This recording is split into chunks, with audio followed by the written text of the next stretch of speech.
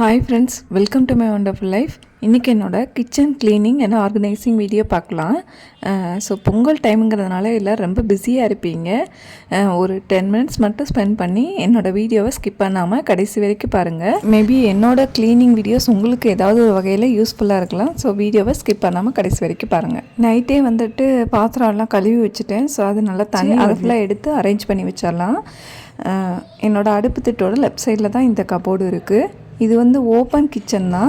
கொஞ்சம் மட்டும் கபோர்ட்ஸ் இருக்கும் அங்கங்கே. இந்த ட்ரம்மில் வந்துட்டு நல்ல தண்ணி பிடிச்சி வச்சுப்பேன். இது அப்பப்போ தேவையான அளவு எடுத்து யூஸ் பண்ணிக்குவேன். இது மேலே எப்பயும் ஒரு டவல் ஒன்று வச்சுப்பேன். நம்ம கிச்சனில் வேலை பார்த்துட்டு இருக்கும்போது கை துடைக்கிறதுக்கு ரொம்ப வசதியாக இருக்கும். நம்ம நைட்டியை வந்துட்டு சேவ் பண்ணுறதுக்கு வந்துட்டு ரொம்ப யூஸ்ஃபுல்லாக இருக்கும். நான் என்னோட பழைய வீடியோவில் சொல்லியிருக்கேன். இதை ஜார் ஐட்டங்கள், ஜூஸ் கிளாஸ் இதெல்லாம் அடிக்கடி தேவைப்படும். ஸோ அதனால் இதுக்குன்னு எடுக்கிற மாதிரி இந்த மாதிரி ஓப்பன் பிளேஸ்லேயே வச்சுப்பேன். அதே மாதிரி பாத்திரங்கள்லாம் வந்து நான் ரொம்ப கம்மியாக தான் வச்சுருப்பேன். நிறைய வச்சுக்க மாட்டேன். தேவைப்படுறத மட்டும் இந்த மாதிரி கொஞ்சம் அளவாக எடுத்து கபோர்ட்ஸில் வச்சுப்பேன்.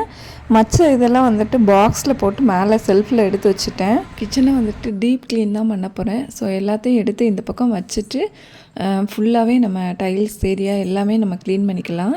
மந்த்லி ஒன்ஸ் இந்த மாதிரி எல்லாத்தையும் எடுத்து வச்சு ஃபுல்லாகவே க்ளீன் பண்ணிடுவேன். ஸோ மற்றபடி அப்பப்போ வந்து தொடச்சி நீட்டாக வச்சுப்பேன். க்ளீனிங் பர்பஸுக்காக நான் வந்துட்டு ஜெல்லோ லிக்விடோ எதுவுமே வாங்குறதில்ல. ஜஸ்ட் எங்கள் ஊர் ரேஷன் கடையில் வந்துட்டு இந்த மாதிரி மந்த்லி ஒன்ஸ் வந்து வாஷிங் சோப் ஒன்று தருவாங்க. ஸோ அது கண்டிப்பாக வாங்கணும். அந்த சோப் வந்து துணியெல்லாம் துவைக்க முடியாது, வேஸ்ட்டாக தான் போகும். ஸோ நான் தான் வந்துட்டு கைப்பிடி துணி, கால் மிதியடி, அப்புறம் கிச்சனோட டைல்ஸு, சிங்க் ஏரியா இதெல்லாம் க்ளீன் பண்ணுறதுக்கு அந்த சோப்பை வந்து யூஸ் பண்ணிக்குவேன். இப்போ நான் அடுப்பு க்ளீன் பண்ணுறதுக்கு வந்துட்டு இந்த மாதிரி வீனஸ் பவுடர் அதை வச்சு தான் க்ளீன் பண்ணுவேன். இந்த பொடியை வச்சு ஸ்பாஞ்ச் ஸ்க்ரப்பரை வச்சுட்டு நல்லா தேய்ச்சி, இதுக்கப்புறம் கம்பி ஸ்க்ரப்பர் வச்சும் ஒரு தடவை நல்லா தேய்ச்சி விட்டு அப்படியே ஒரு 5 மினிட்ஸ் விட்டுறலாம். இதுக்கப்புறமேட்டி ஒரு நல்லா வெட் கிளாத்தை வச்சு நல்லா தொடச்சி எடுத்து, அதே கிளாத்தை தண்ணியில் நல்லா டிப் பண்ணி தொடச்சி எடுத்தோன்னா அடுப்பு நல்லா ஷைனிங்காக நீட்டாக இருக்கும். பர்னர் வந்துட்டு ஃபஸ்ட்டே கழட்டி இருக்கணும். நான் கழட்டாமல் விட்டுட்டேன். இப்போ தான் கழட்டி எடுத்தேன். அடுப்பு வந்து மேல் போர்ஷன் மட்டும்தான் துடைக்க முடியும், அடியில் உள்ளெல்லாம் துடைக்க முடியாது. நிறைய கம்பி வயர் அந்த மாதிரி போகும். ஸோ அதனால் அந்த பக்கம் கை வைக்காமல் இந்த பக்கத்தை மட்டும் நான் நீட்டாக நல்லா தொடச்சி எடுத்துட்டேன். பாருங்கள் ஸ்டவ் எவ்வளோ க்ளீன் ஆகிடுச்சுன்னு. ஸோ ஸ்டவ்வை இப்போ கீழே இறக்கி வச்சுட்டு நம்மளோட கிச்சனோட திட்டு ஏரியா, டைல்ஸு இது எல்லாத்தையும் க்ளீன் பண்ணிக்கலாம். இதுக்கு வந்துட்டு கப்பில் நான் சோப்பை போட்டு தண்ணி ஊற்றி வச்சுருந்தேன். ஸோ அந்த தண்ணியை ஃபுல்லாக ஃபஸ்ட்டு நல்லா தொளிச்சு விட்டுட்டு கம்பி ஸ்க்ரப்பர் அதோட நம்ம கப்பில் போட்டு வச்சுருந்த சோப்பு இதையும் வச்சு தேய்ச்சி விட்டாலே டைல்ஸ் வந்து நல்லா க்ளீன் ஆகிடும். ஸோ இதுக்கப்புறம் கப்பில் தண்ணி வச்சு ஒரு டம்ளர் வச்சு நம்ம இப்படி ஊற்றி விட்டோம்னா டைல்ஸ் வந்துட்டு ரொம்ப நீட்டாக ஆகிடுங்க. வேறு எதுவுமே நமக்கு தேவையில்லை. இந்த ஒரு சோப்லேயே வந்து ஃபுல் கிச்சனையும் நல்லா நீட்டாக க்ளீன் பண்ணிடலாம். இந்த மாதிரி சோப்பை போட்டு தேய்ச்சிட்டு கொஞ்சம் நேரம் ஊற விடணும். ஊற விட்டோன்னா அந்த அழுக்கு ஃபுல்லாக அப்படியே க்ளீன் ஆகி வந்துடும். வேறு எதுவும் போட தேவையில்லை. இப்போ வந்துட்டு ஸ்டவ்வுக்குள்ளே திங்ஸு, அப்புறம் திட்டு ஏரியாவில் இருந்த திங்ஸ் இது எல்லாத்தையும் கழுவி நல்லா தண்ணி வடிய விட்டுறலாம். இங்கே சைடில் வந்துட்டு பார்த்திங்கன்னா இது வந்து ஆர்ஓ வைக்கிற ஸ்டாண்டு. இப்போல்லாம் வந்துட்டு நார்மல் வாட்டரை சூடு பண்ணி ஆற வச்சு குடிச்சிக்கிறதுனால ஆர்ஓ வந்து யூஸ் பண்ணுறதில்ல, அதை எடுத்துட்டோம். ஸோ அதை வந்து நான் வந்து சோப்பு ஸ்டாண்டாக அந்த மாதிரி மாற்றிட்டேன். நம்ம க்ளீன் பண்ணி வச்சிருந்த திங்ஸ் எல்லாமே தண்ணி நல்லா வடிஞ்சிருச்சு. ஸோ அதை எடுத்து அந்தந்த பிளேஸில் அரேஞ்ச் பண்ணி வச்சுட்டு ஸ்டவ்வையும் மேலே தூக்கி வச்சு ஃபிக்ஸ் பண்ணி வச்சிடலாம். ஸ்டவ்வில் வந்துட்டு பர்னர் வைக்கிற ஏரியாவில் வந்து தண்ணி ஏதாவது பட்டதுன்னா வந்துட்டு துரு பிடிக்கும். அதனால் வந்துட்டு தேங்காய் எண்ணெயை கொஞ்சம் விட்டு இந்த மாதிரி பழைய ப்ரெஷ் இருக்கும்ல நம்மக்கிட்ட, அதை வச்சு நல்லா தேய்ச்சி விட்டுட்டு அந்த பர்னரை வந்து ஃபிட் பண்ணிப்பேன். இதில் வந்துட்டு நமக்கே தெரியாமல் கொஞ்சம் துரு இருந்தாலும் நல்லா க்ளீன் ஆகிடும். திட்டு நல்லா உணர்ந்ததுக்கு அப்புறமேட்டி அடுப்போட சைடில் இந்த மாதிரி எறும்பு சாக்ஸ் இருக்கும்ல, அதை நான் வந்து போட்டு வச்சுப்பேன் எல்லா இடத்துலையுமே. வந்துட்டு கூடவே வந்துட்டு நியூஸ் பேப்பர் இல்லைன்னா கேலண்டர் பேப்பர் அது இருந்தாலும் அதுவும் விரித்து வச்சுப்பேன். இது என்னோட சில்வர் காஃபி கப் செட்டு. இது வந்து மேலே கடந்துச்சு, நான் காஃபி டீ குடிக்கிறதுனால எடுத்து போட்டுட்டேன். ஸோ இப்போ கெஸ்ட்டு யாராவது வந்து யூஸ் பண்ணிக்கலாம்னு சொல்லிட்டு கீழே எடுத்து வச்சுருக்கேன். இந்த செட்டில் வந்துட்டு 4 கப் ஸ்டாண்டோட வரும். ஒரு கப்பை எங்கே போட்டேன்னே தெரியல. கிச்சனில் எனக்கு ரொம்ப பிடிச்சது வந்துட்டு என்னோடய ஸ்டவ்வு தான். ஸோ இது வந்து ஃபுல்லி ஆட்டோமேட்டிக்கு. ஹீட்டர்லாம் இதுக்கு தேவையில்லை. சென்டர் அடுப்பை வந்து நான் அதிகமாக யூஸ் பண்ணதுனால அது கொஞ்சம் டேமேஜ் ஆகிடுச்சு. ஸ்டவ் வந்துட்டு பிராண்டட்லாம் இல்லை, லோக்கல்லாம் மாமாவோட ஃப்ரெண்ட்ஸ் வாங்கும்போது எங்களுக்கும் ஒரு பீஸ் வாங்கி தந்தாங்க. இப்போ வரைக்கும் யூஸ் பண்ணுறதுக்கு ரொம்பவே நல்லா இருக்குது. ஒரு சின்ன டிப்ஸ் ஃப்ரெண்ட்ஸ், இந்த மாதிரி புது பாத்திரத்தில் இருக்கிற ஸ்டிக்கர்ஸ் போகிறதுக்கு இதில் கொஞ்சமாக சுடு தண்ணி ஊற்றி வச்சாலும் ஓகே தான், இல்லைனா இந்த பாத்திரத்துலேயே சுடு தண்ணி வச்சாலும் ஓகே தான். அந்த ஸ்டிக்கர் வந்து அந்த சுடு தண்ணியில் இதாகி அப்படியே கலண்டு வந்துடுங்க. ஸோ இந்த சுடு தண்ணியை வந்துட்டு நான் வேஸ்ட் பண்ணாமல் என்னோடய எண்ணெய் ஜாடி வந்து கழுவுறதுக்கு யூஸ் பண்ணிட்டேன். இந்த மாதிரி எண்ணெய் பாத்திரத்தில் வந்து சுடு தண்ணி ஊற்றிட்டு அதுக்கப்புறமே க்ளீன் பண்ணால் ரொம்ப ஈஸியாக க்ளீன் பண்ணிடலாம். அந்த பிசுப்பே நமக்கு இருக்காது. ஸோ இங்கே பாருங்கள், இந்த மாதிரி ஸ்டிக்கர்ஸ் எல்லாம் அப்படியே நல்லா கலண்டு வந்துடும். ஸோ இதை அதுக்கப்புறம் ஸ்க்ரப்பர் வச்சு க்ளீன் பண்ணோம்னா நல்லா க்ளீன் ஆகிடும். இங்கே பாருங்கள், நல்லா க்ளீன் ஆகிடுச்சு. அதே மாதிரி எண்ணெய் ஜாடியும் பாருங்கள், இங்கே புதுசு மாதிரி நல்லா க்ளீன் ஆகிடுச்சு. இப்போ நம்மளோட சிங்க் ஏரியா வந்து நம்ம க்ளீன் பண்ணலாம். இதுக்கு வந்துட்டு நான் கொஞ்சமாக ப்ளீச்சிங் பவுடரும் ஹார்பிக்கும் வந்து யூஸ் பண்ணிக்க போகிறேன். எனக்கு வந்துட்டு இந்த மாதிரி ப்ளீச் ஐட்டங்கள்லாம் வந்துட்டு யூஸ் பண்ணும்போது ஸ்கின் வந்து கொஞ்சம் அலர்ஜி ஆகும். ஸோ அதனால் நான் என்ன பண்ணுவேன்னா இந்த மாதிரி மாஸ்க் போட்டுட்டு அதுக்கப்புறம் க்ளீன் பண்ணுவேன். இதோட நான் வந்து இந்த கப்பில் போட்டு வச்சு சோப்பு தண்ணியை வந்து சேர்த்து க்ளீன் பண்ணுறதுக்கு யூஸ் பண்ணிக்க போகிறேன். ஃபஸ்ட்டு வந்துட்டு ப்ளீச்சிங் பவுடர், இந்த ஹார்பிக் இதையெல்லாம் போட்டு நல்லா தேய்ச்சி விட்டுலாம். இந்த கருப்பாக இருக்கிற கரையெல்லாம் போக்குறதுக்காக தான் நான் வந்துட்டு ஹார்பிக் போட்டிருக்கேன். இந்த மாதிரி பழைய டூத் ப்ரஷ் எல்லாம் தூக்கி போடாமல் எடுத்து வச்சுக்கோங்க.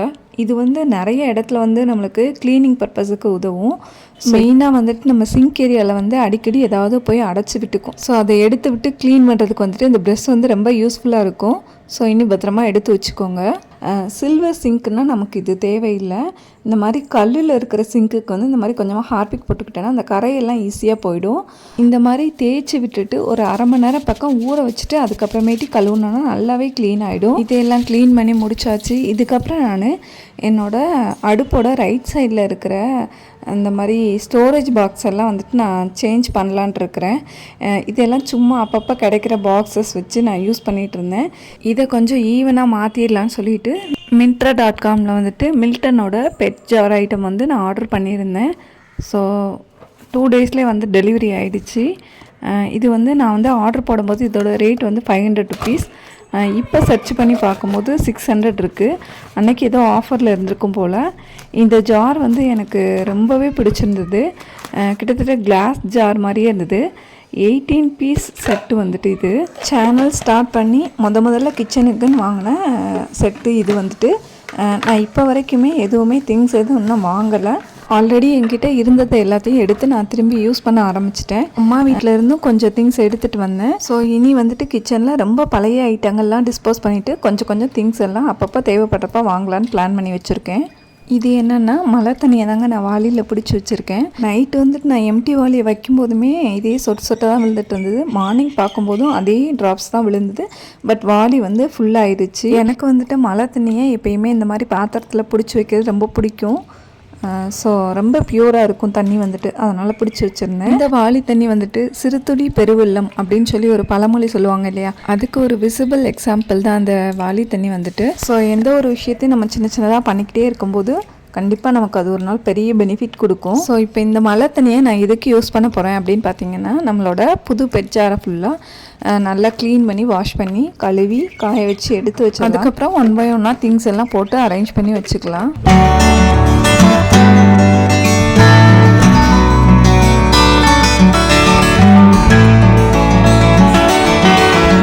தண்ணி நல்லா வடிஞ்சிட்டு பாக்ஸ் வந்து ட்ரை ஆனதுக்கப்புறமேட்டி நம்ம திங்ஸ் எல்லாம் ஒன்றா ஸ்டோர் பண்ணி வச்சிடலாம். ஸோ க்ராசரிஸ்லாம் மந்த்லி ஒன்ஸ் ரொம்ப அளவாக வாங்கிப்பேன். நிறைய வாங்கி ஸ்டோர் பண்ணிக்க மாட்டேன். அப்பப்போ தேவைப்படுறப்ப வாங்கிப்பேன். மிளகு, ஜீரகம் இதையெல்லாம் ஒரு செட்டு போட்டு வச்சுட்டேன். இன்னும் ஒரு செட்டு வந்துட்டு பொடி பண்ணி ஸ்டோர் பண்ணிப்பேன். ஸோ இந்த ஸ்டோரேஜ் பாக்ஸ் வந்துட்டு நான் இப்போ யூஸ் பண்ண ஆரம்பிச்சிட்டேன். இது ரொம்ப கம்ஃபர்டபுளாக இருக்குது யூஸ் பண்ணுறதுக்கு. வந்துட்டு பாக்ஸ் எல்லாம் ரீஃபில் பண்ணியாச்சு. ஸோ இது வைக்கிற இடத்த வந்து க்ளீன் பண்ணி அரேஞ்ச் பண்ணி வைக்கணும் இல்லையா. ஸோ அதுக்குள்ளதை ஃபுல்லாக நல்லா க்ளீன் பண்ணி எடுத்து நம்மளோட சோப்பு தண்ணியில் நல்லா முக்கி எடுத்த துணியை வச்சு நல்லா தொடச்சி எடுத்துட்டேன்.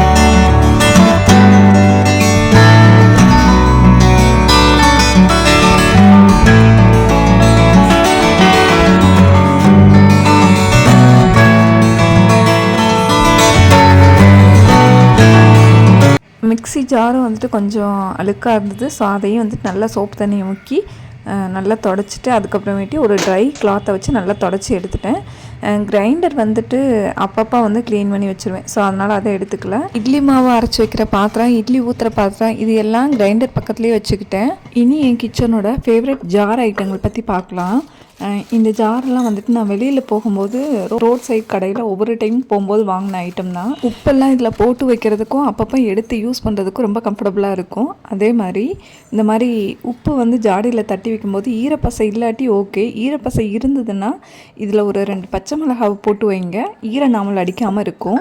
இன்னொரு 2 குட்டி ஜார் வச்சுருக்கேன். இது எதுக்குன்னா ஒன்றில் வந்து புளி போட்டு வச்சுப்பேன், இன்னொரு ஜாரில் வந்துட்டு வரமிளகா போட்டு வச்சுக்குவேன். வரமிளகாவை வந்துட்டு காம்பெல்லாம் எடுத்துட்டு 2ஆக ஒடிச்சு அந்த இதில் இருக்கிற விதையை ஃபுல்லாக எடுத்துட்டு அந்த வத்தல் மட்டும் கிள்ளி போட்டு வச்சுப்பேன். இது எதுக்குன்னா அந்த தாளிக்கிறதுக்கு நம்ம வரமிளகா யூஸ் பண்ணோம்ல, அந்த டைமில் யூஸ் பண்ணிக்கிறதுக்காக இந்த மாதிரி பண்ணி வச்சுப்பேன். இந்த விதையெல்லாம் வந்துட்டு வீட்டுக்கு மசால் பொடி அரைக்கும் போது அதோடு சேர்த்து அரைச்சிப்பேன்.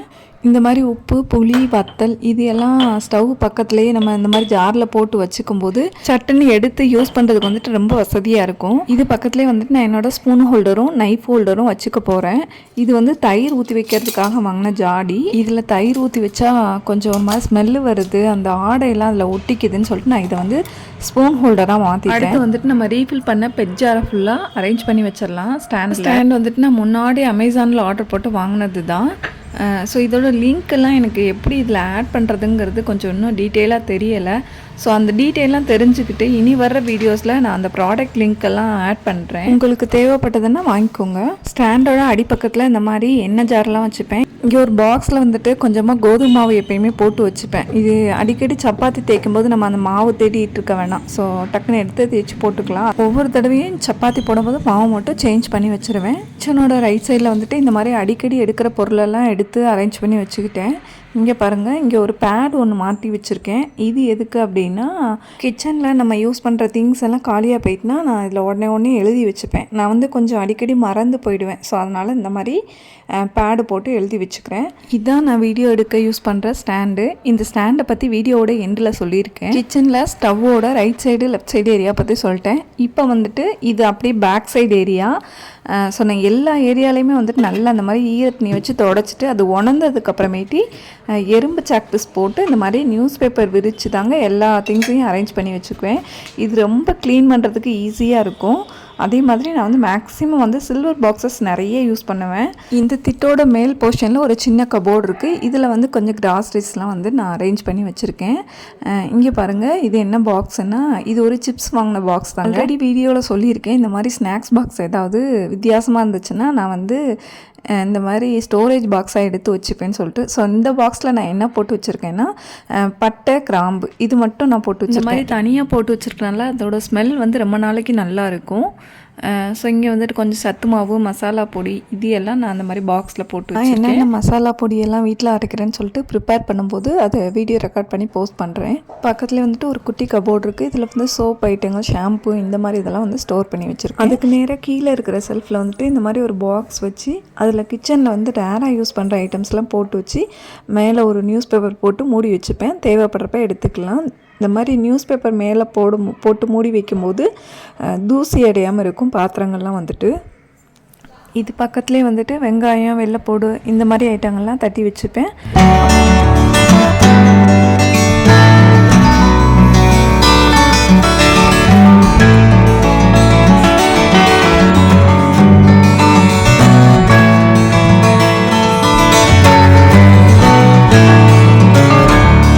அப்புறமேட்டு இங்கே ஒரு பக்கெட்டில் வந்துட்டு க்ராசரிஸில் வந்து இந்த உடைச்ச பேக்கெட்ஸ் எல்லாம் ரப்பர் பேண்ட் போட்டு இந்த மாதிரி வாளியில் போட்டு மூடி வச்சுப்பேன். இந்த ஸ்டாண்டை வச்சு தாங்க நான் முதல்ல வீடியோஸ்லாம் ரெக்கார்ட் பண்ணி போஸ்ட் பண்ணிகிட்டு இருந்தேன். என்ன ஸ்டாண்ட் வாங்கலாம், எப்படி வீடியோஸ்லாம் ரெக்கார்ட் பண்ணலாம்னு சொல்லி யோசிச்சுட்டு இருந்தப்போ தான் என்னோட நெய்பர் கம் ஃப்ரெண்டு சோனியா, அந்த பொண்ணு தான் வந்துட்டு எனக்கு அவளோட ஸ்டாண்டை கொடுத்து அக்கா இதை வச்சுக்கோங்க அப்படின்னு சொல்லிட்டு இதை வச்சு வீடியோ ரெக்கார்ட் பண்ணி போஸ்ட் பண்ணுங்க சொல்லி இதை கொடுத்தாங்க. ஸோ இதுலேயும் ஒரு பெரிய சிக்கல் என்ன வந்ததுன்னா ஹோல்டர் வந்து இந்த ஸ்டாண்டில் நிற்கவே மாட்டேன்ருச்சு. ஹோல்டரில் வந்து ஒரு சின்ன கிராக் விழுந்துருந்தது. ஸோ அதனால் இது நிற்கவே இல்லை. இன்னொன்று ஃபோனை அந்த ஹோல்டரில் வந்து கிளிப் பண்ணி நிப்பாட்டவே முடியலை. ஸோ இதுக்கு என்னடா பண்ணலாம் அப்படின்னு யோசிச்சுட்டு இருந்தப்போ தான் ஆன்லைனில் சர்ச் பண்ணி பார்க்கும்போது வந்துட்டு அமேசானில் இந்த ஹோல்டர் வந்து எனக்கு கிடச்சிது. இது ரொம்பவே நல்லா இருக்குங்க. உங்களுக்கு வந்து நீங்கள் ஹோல்டர் சர்ச் பண்ணிகிட்டு இருந்தீங்க, என்ன வாங்கலான்னு யோசிச்சுட்டு இருந்தீங்கன்னா கண்டிப்பாக இந்த ஸ்டாண்டும் இந்த ஹோல்டரும் ட்ரை பண்ணுங்கள். இது ரொம்பவே நல்லா இருக்குது. இதில் ஒரு சின்ன விஷயம் என்னென்னா, ஸ்டாண்ட் வந்துட்டு 250 ருபீஸ் தான், பட் இந்த ஹோல்டர் வந்துட்டு 300 ருபீஸ். ஆனால் 300 ருபீஸ்க்கு நல்ல ஒர்த்தபிளான ஹோல்டர். எந்த டைப் ஆஃப் ஸ்டாண்ட்லேயும் வந்துட்டு இந்த ஹோல்டரை வந்து நம்ம ஃபிட் பண்ணிக்கலாம். இந்த ஸ்டாண்டை யூஸ் பண்ணி என்னோட வீடியோஸ் ஃபுல்லாக நானே தாங்க ரெக்கார்ட் பண்ணுறேன். எனக்கு ரொம்ப யூஸ்ஃபுல்லாக இருக்குது. ஸோ சோனியாவுக்கு ஒரு பெரிய தேங்க்ஸ் சொல்லிடலாம் இந்த வீடியோ மூலமாக. ஸோ இவ்வளோ தாங்க என்னோட கிச்சன் டூர். வீடியோஸ்லாம் பிடிச்சிருந்தது, யூஸ்ஃபுல்லாக இருந்ததுன்னா சேனல் வந்து தொடர்ந்து பாருங்கள் ஃப்ரெண்ட்ஸ். வீடியோக்கு ஒரு லைக் கொடுங்க, உங்கள் ஃப்ரெண்ட்ஸ் அண்ட் ஃபேமிலிக்கும் ஷேர் பண்ணுங்கள் ஃப்ரெண்ட்ஸ்.